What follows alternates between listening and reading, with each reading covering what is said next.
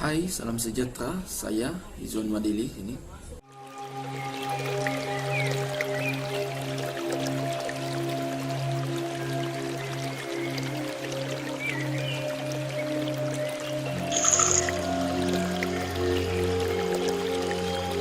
Kali ini, saya akan membahas tentang kelestarian sumber alam dari segi masalah dan prospek. Sumber air merupakan punca-punca air yang diperolehi dan diproses untuk digunakan sebagai input bagi proses pengeluaran seperti pertanian, perindustrian, perbandaran, dan bagi kegunaan domestik. Di sini dapat dilihat bahawa air memainkan peranan yang amat penting dalam kehidupan kita. Oleh itu, amatlah penting bagi kita untuk memelihara kelestarian sumber air demi masa depan pada masa kini dan akan datang.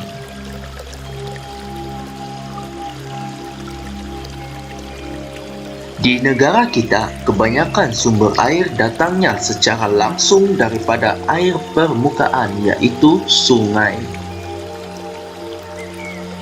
Ini kerana sungai adalah saluran utama di mana pemindahan air daripada kawasan tadahan air di bukit ke lautan. Sungai menyumbang lebih kurang 97% sumber bekalan air mentah di Malaysia. Oleh yang demikian, kawasan tadahan amat penting bagi menjamin sumber air permukaan bagi negara ini.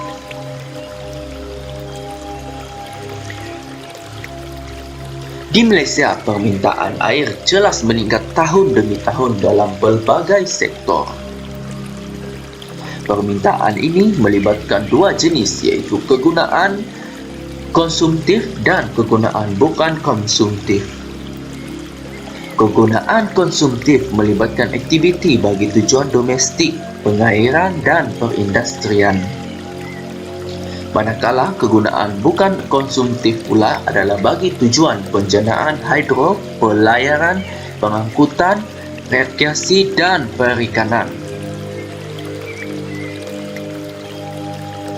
Masalah sumber air di Malaysia. Pembangunan yang terlalu pesat. Pembangunan di Malaysia merujuk kepada pembangunan fizikal, iaitu perubahan corak guna tanah yang melibatkan pelbagai sektor. Meskipun negara rancak dengan taburan koridor pembangunan, tetapi tidak sebagaimana taburan sumber airnya. Oleh yang demikian, pembangunan menjadi masalah utama dalam melestarikan sumber air. Seterusnya, sektor pertanian. Sektor pertanian menjadi tumpuan oleh kerana berlaku permintaan yang tinggi sejajar dengan pertumbuhan penduduk yang semakin meningkat. Oleh yang demikian, berlaku pembukaan tanah secara meluas untuk tujuan tersebut melalui agensi-agensi seperti Felda dan Felkra. Selain itu, penanaman padi 2 kali setahun diperkenalkan sebagai usaha meningkatkan produktiviti dan taraf hidup pekerja. Keadaan ini tentunya memerlukan bekalan air yang banyak. Dijangkakan menjelang tahun 2020, penggunaan air akan meningkat daripada 9 bilion meter air daripada 13.2 meter air. Tetapi bahagian peruntukan sumber air untuk aktiviti pertanian dijangkakan akan menurun kepada lebih kurang 6.6%.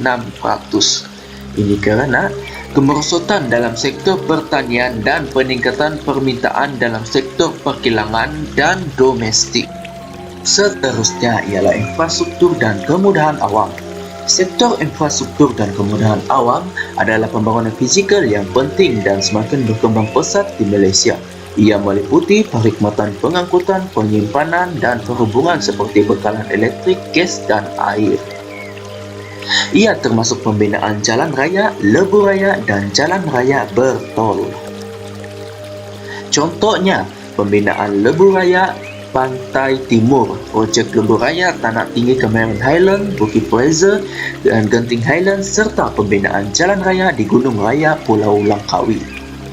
Berdasarkan statistik menunjukkan bahawa jumlah rangkaian jalan raya meningkat sebanyak 8.5% daripada 57,491 km pada tahun 1992 kepada 62,393 km pada tahun 1996. Kesannya kita menyaksikan beberapa tragedi runtuhan tanah runtuh hakisan seperti di Genting dan Gua Tempurung, Perak pada tahun 1996.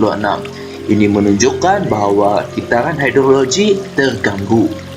Seterusnya adalah sektor perindustrian. Menjelang abad ke-21, apabila negara beralih untuk menjadi negara maju, maka pembangunan sektor perindustrian telah dibangunkan dengan pesatnya. Banyak kawasan-kawasan industri baru dibuka dan beberapa buah kilang telah beroperasi. Kita tidak menafikan bahawa sektor ini memberi peluang pekerjaan dan pertumbuhan ekonomi negara dan pada masa yang sama juga menyumbang kepada masalah alam sekitar. Ini termasuklah sisa toksit, pelepasan influen dan sebagainya. Oleh yang demikian, pertambahan aktiviti perindustrian akan menyebabkan kadar permintaan air yang tinggi bagi menggerakkan jentera, pembersihan dan sebagainya. Serta kesan perindustrian ini juga menyebabkan kualiti air terjejas dan akhirnya mendatangkan masalah kepada sumber air. Seterusnya ialah sektor kediaman. Pembinaan kawasan pertempatan baru berkembang dengan pesatnya di seluruh negara. Kebanyakan bandar-bandar di Malaysia dibangunkan untuk memenuhi permintaan penduduk yang semakin meningkat terhadap sektor ini. Sejajar dengan pembinaan pertempatan telah berubah ke kawasan pinggir-pinggir keadaan ekoran tanah yang semakin terhad. Kesemua pembangunan ini akan merangsang kegiatan pembangunan lain termasuk sektor kediaman maupun pembinaan infrastruktur. Dan lebih mustahaknya lagi adalah bekalan air bersih yang menjadi syarat utama pembinaan. Tambahan lagi, limpahan populasinya juga akan menambahkan lagi permintaan air dan keadaan ini sudah tentu memberi tekanan yang hebat dari segi keupayaan pembekalan air di tempat-tempat berikut. Seterusnya ialah lain-lain sektor, iaitu Malaysia mempunyai dua sumber air iaitu permukaan dan air tanah. Walaupun demikian, sumber air permukaan merupakan sumber utama dan sebahagian kecil sahaja sumber air tanah yang digunakan. Dari segi peratusnya, sebanyak 97% sumber air negara adalah daripada air permukaan walaupun 90% sumber air tawar datangnya daripada air tanah. Ini disebabkan negara Malaysia mempunyai banyak sungai dan kurangnya usaha untuk menerokai secara meluas berkaitan potensi air tanah. Keadaan ini sudah cukup menunjukkan bahawa Malaysia terlalu bergantung tinggi terhadap air permukaan. Seterusnya, kita beralih kepada prospek bagi mengatasi masalah sumber air di Malaysia. Yang pertama, melalui penyelidikan sisa air buangan. Antara penyelidikan yang berkesan untuk merawat air yang tercemar ialah penyelidikan MD Solution.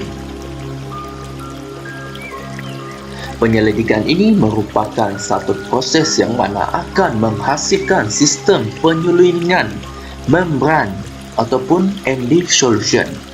Proses membran ini akan mengasingkan air daripada air sisa yang telah digunakan dalam industri. Sebagai contohnya, industri kilang getah, kilang kelapa sawit dan sebagainya. Melalui kaedah seperti ini, air yang telah dirawat akan mencapai tahap kualiti yang baik, iaitu standard B di bawah Akta Kualiti Air 1974. Seterusnya adalah melaksanakan penguatkuasaan undang-undang. Melalui kaedah ini, peranan pihak kerajaan adalah sangat penting untuk memperketatkan lagi undang-undang berkaitan sumber air. Hal ini penting bagi membendung serta mengatasi masalah pencemaran air daripada pihak yang tidak bertanggungjawab. Masyarakat juga perlulah membantu pihak berkuasa dengan melaporkan kegiatan pencemaran air yang berlaku di kawasan setempat mereka. Dengan kerjasama daripada semua pihak, pencemaran air yang berlaku di negara ini akan dapat dibendung. Kemudian, langkah ketiga iaitu meningkatkan teknologi rawatan air. Malaysia perlu meningkatkan kualiti teknologi rawatan airnya yang setanding dengan negara-negara maju yang lain, sebagai contoh Singapura. Teknologi rawatan air yang berkualiti tinggi akan membolehkan isu masalah pencemaran air di Malaysia dapat diatasi dengan baik. Singapura merupakan salah satu contoh negara jiran yang perlu dicontohi Malaysia, di mana sistem rawatan air di Singapura menggunakan air sisa kumbahannya yang merawat kemudian mengitar semula air kumbahannya untuk dijadikan air minuman. Hal ini selaras dengan program New Water.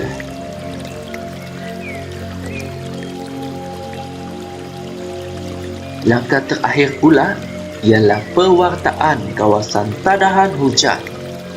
Langkah ini adalah salah satu kaedah paling berkesan demi menjamin keberlangsungan sumber air di Malaysia. Kaedah ini bukan sahaja akan membantu keberlangsungan sumber air, malahan ianya turut membantu dalam memelihara dan memelihara alam sekitar daripada musnah. Melalui langkah ini juga, biodiversiti alam sekitar dapat dipelihara, di samping dapat mengekalkan keseimbangan ekosistem hidrologi pada masa kini dan masa depan.